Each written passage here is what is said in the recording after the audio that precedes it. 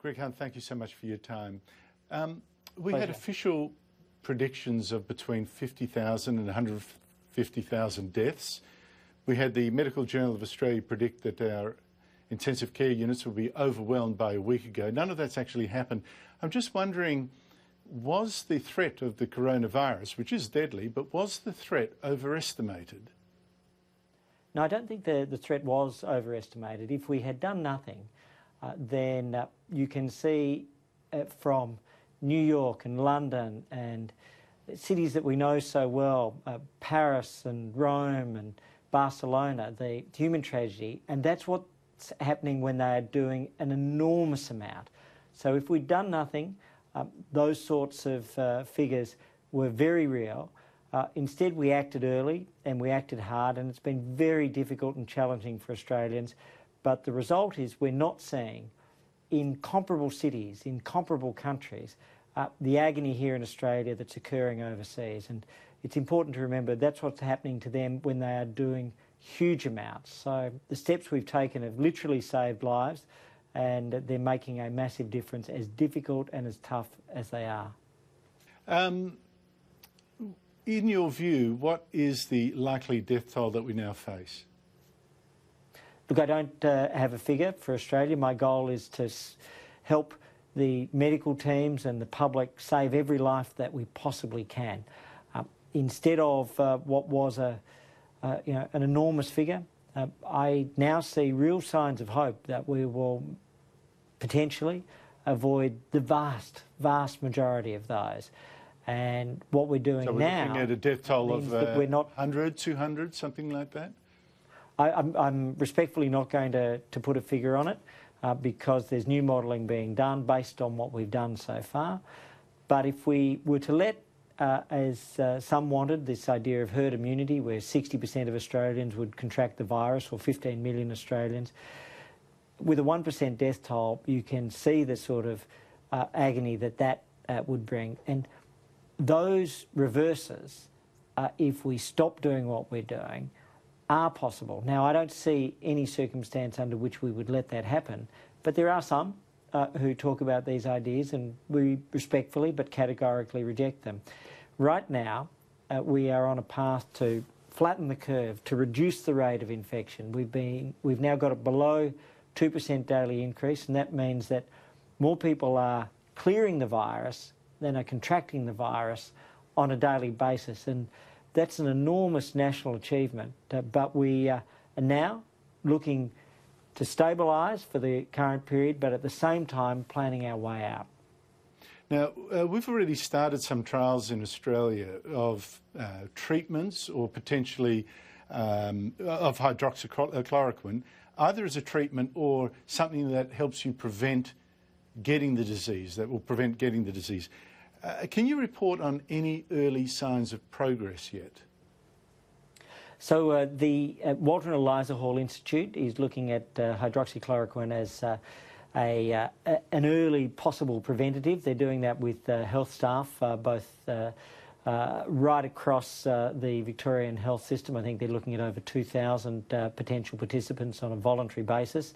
I don't have any data from that yet, but in Queensland, the University of Queensland is looking at clinical trials for hydroxy as a treatment, and they're now setting out to work with patients who might be more ill.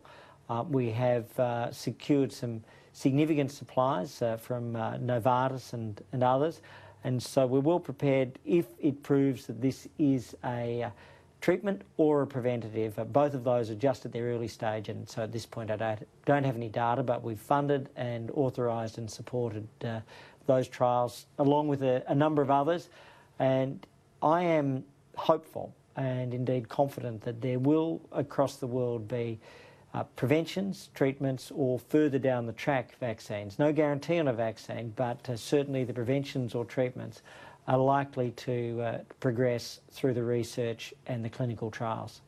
Well, of course, a vaccine, they say, will not be available for 18 months at the earliest, so we can't obviously shut down the economy for that long. I'm just wondering, initially you said we needed these stay-home policies to take the pressure off hospitals so they wouldn't get overwhelmed, run out of emergency beds. You cancelled all elective surgery for that reason too. We had 2,200 emergency beds to start with. You're in the process of tripling that. We've only got about 80 patients in those beds at the moment, as you say, because of the recovery is now outstripping the new infections, only 46 over the last day. Clearly, we don't need to keep cancelling elective surgery, do we? I mean, we've got all these empty beds. So Category 2 and Category 3 elective surgery were postponed, and then what's called Category 1, which is obviously the most urgent, and urgent or compassionate Category 2 were maintained. So as we go forwards, one of the things that the medical expert panel and the National Cabinet will consider is the ability to open up more opportunities for the hospitals. I think this is an extremely important thing. We've worked to preserve the viability of the private hospitals, something that is deeply important both to our capacity through the virus, but also on the other side. And we now, need to do that as we make more progress, we'll be able to take more steps. Yeah, but you wouldn't need to do that unless you cancelled elective surgery. I mean, if you allow them to start doing the surgery again, because we've got all these empty beds waiting for a tidal wave of patients that never came, couldn't you start relaxing them very soon? You could always cancel it again if you needed to, but right now we don't need to. Look, one of the things that the medical expert panel is doing, but with at our request, is constantly reviewing those needs. So that's a process which is ongoing. And the more successful we are, achieving exactly the outcomes that you've talked about, the greater freedoms we have. We genuinely were facing something the likes of which we haven't seen in Australia in the post-war period. Minister Hunt, I'm not questioning that for a moment. The steps that we've taken have opened those up. That. I supported the bans to start with. I'm just saying at some stage, you know, we've got to bank the win and minimise the pain right now that a lot of people are under, the physical pain included. Can you just tell me, when you started these restrictions, not just on elective surgery, but all over, the stay home, closing this and that, the reason you gave was that we had to flatten the curve so that our medical system wouldn't be overrun, as we saw initially in Italy. Now that that clearly is not happening, I'm just wondering what your sign of success would be in order for you to relax more of the bans. Not all at once, not immediately, staggered over time, but some of the more extreme ones, like sitting on a park bench or something like that. Is it when we have no cases at all, or no deaths at all? Or, I mean, we've only had 46 infections over the last 24 hours. That's got to be a success. Look, that is a success, and that's a tribute to the work of Australians. So I did set out today, and I think this is a really important question that you ask, some of the steps and conditions. Firstly, what we have to see is a very significant stabilisation of the case numbers. Our risk is a second wave. We've seen in countries such as Singapore, Japan, Korea, really successful countries at containing the virus, early blips up, and so they've had to come down hard again. And so what we want to see now is the stabilisation. Minister, isn't that exactly the way to do it? Like Singapore, you maintain an open economy, people can still go to restaurants, they still work, they can still go out of their house.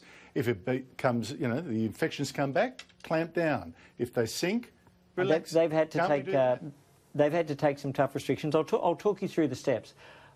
Firstly, obviously, continue now with the stability, which allows us to make sure that we're having a genuinely stable reduction in numbers. It's only early days in the flattening. Secondly, at the same time, build that rapid response capability. So if there are hotspots, if there are outbreaks, to be able to deal with them, to jump on them in terms of the steps that we take with regards to testing and tracing, to be able to find those cases that might be emerging. And then that gives us exactly what you've said, the basis for a pathway out. And so I'm intensely focused, the Prime Minister, the government, we had a fast road in, we're now on a stable road through, but we're planning exactly that capacity to take the steps out on the basis of what are the highest social and economic benefits for the lowest health risk, and to take those initial steps on that basis. So they're fair questions you ask, but we're doing that planning. We know these restrictions are immensely difficult. It's just what we want to avoid is a second wave, having got to the situation where the rate of infection has dropped very, very significantly. But there may not be a second wave, and I'm just thinking when it comes, then you can act again with better preparation, as you've acted so far. The point is, this flattening the curve, it's been flattening for at least a week and a half. We had only 46 new cases in the last 24 hours. We had even fewer the day before. It's incredible. I mean, other societies would be on their knees saying, that's success. You know, I'm just wondering, we can't, with only 46 infections in the last 24 hours, we can't keep talking about 5.5 months more of these bans. We need to know, what is the point where you say, yes, these terrible bans that are costing so many Australians their jobs, they can start gradually lifting. Is it going to be when we have not 46 new cases, but 30 new cases, or 20 new cases, or 10? Exactly when can people see the light at the end of the tunnel? What's the metric you're looking for? Well, the first thing is, we've always said that this is a 6-month journey for Australians. We are doing better than we had ever expected, and I think that's a really important point that you and I both share. Ain't the success. And then what that does is it gives us the capacity right now to make sure we've got sustained control, and we're working through the what is that? level. What is that we're metric, working through Minister? Is it 1 more week of this? Is it 2 more weeks of this? When is the light at the end of the tunnel? You can't keep saying we're going to do for another 5.5 months when we've got only a trickle of people going to hospital, when you've got more people, as you say, more people recovering than are getting sick. The hospitals are not under the pressure that we expected at all. Because it's such a virulent disease, it can break out. And I think it's absolutely important that, whether it's myself or the Chief Medical Officer or the Prime Minister, we're very honest about that. And if it breaks out and it gets away, everything that Australians have done together can be lost. And that loss translates to lost lives. People are in agonising situations. And so what we don't want to do is forfeit the immense outcomes that have put Australia in a position that, as you say, the rest of the world would be desperate to be in, with other than a couple of exceptions. Now, what we're doing right now is exactly that planning on the reduced rates, on the rapid response, and then on the steps out. And I think that's exactly what we should be doing. We're doing it a lot earlier than we had initially assumed we'd be able to do it. And that's good news for Australians. So right now we're in the process of deep stabilisation, but we're also planning on the way out. Minister, I totally agree with the measures you took initially. I thought, in fact, I was calling for air bans early, an air ban certainly from Italy earlier. All that, and you've had a wonderful success. What I'm concerned about is that we don't acknowledge a success, we don't bank a success, we keep paying a horrific price for restrictions that in some fringes, to start with, are not necessary. I just come back to it. Yes, there may be a second wave, or there might not be a second wave. What is the measure that you're using to say we can start relaxing it? Like I say, is it when you've got 30 new infections a day? Is it 15 new infections? Is it 0? What is the measure exactly? So, well, with respect, I did say that right now what we're working on, and this is the gradual, cautious road out, is that combination of signs that we believe we have stabilised and deeply controlled. And I've said the number of cases, the retransmission rate, the capacity to respond urgently, immediately and effectively. And those things are being built right now. We're only 3 weeks into the heaviest of restrictions, and we want those to end as soon as they can safely and possibly end. That's not the time yet. We are still seeing breakouts, and any of those breakouts could lead ultimately to thousands if they're not and those thousands in turn could lead to tens of thousands. That's what we've seen overseas, and that's why we've been successful, because we've taken such a difficult but effective pathway. And so there's more to do on that front. And I understand every reason why, because I burn to have people being able to live their normal lives, to run their businesses, to do all the things that are the absolute best of who we are. But right now, there's more work to do on stabilising. We don't have everything completely controlled if we are seeing individual outbreaks. We're doing better than virtually anybody else. But what, above all else, I want to do is make sure we're stable and safe and there's no second wave. Moving too early will lead to a second wave and enormous long-term economic consequences. So the steps now are the best measures to save lives and protect the economy. Minister, you've had enormous success so far.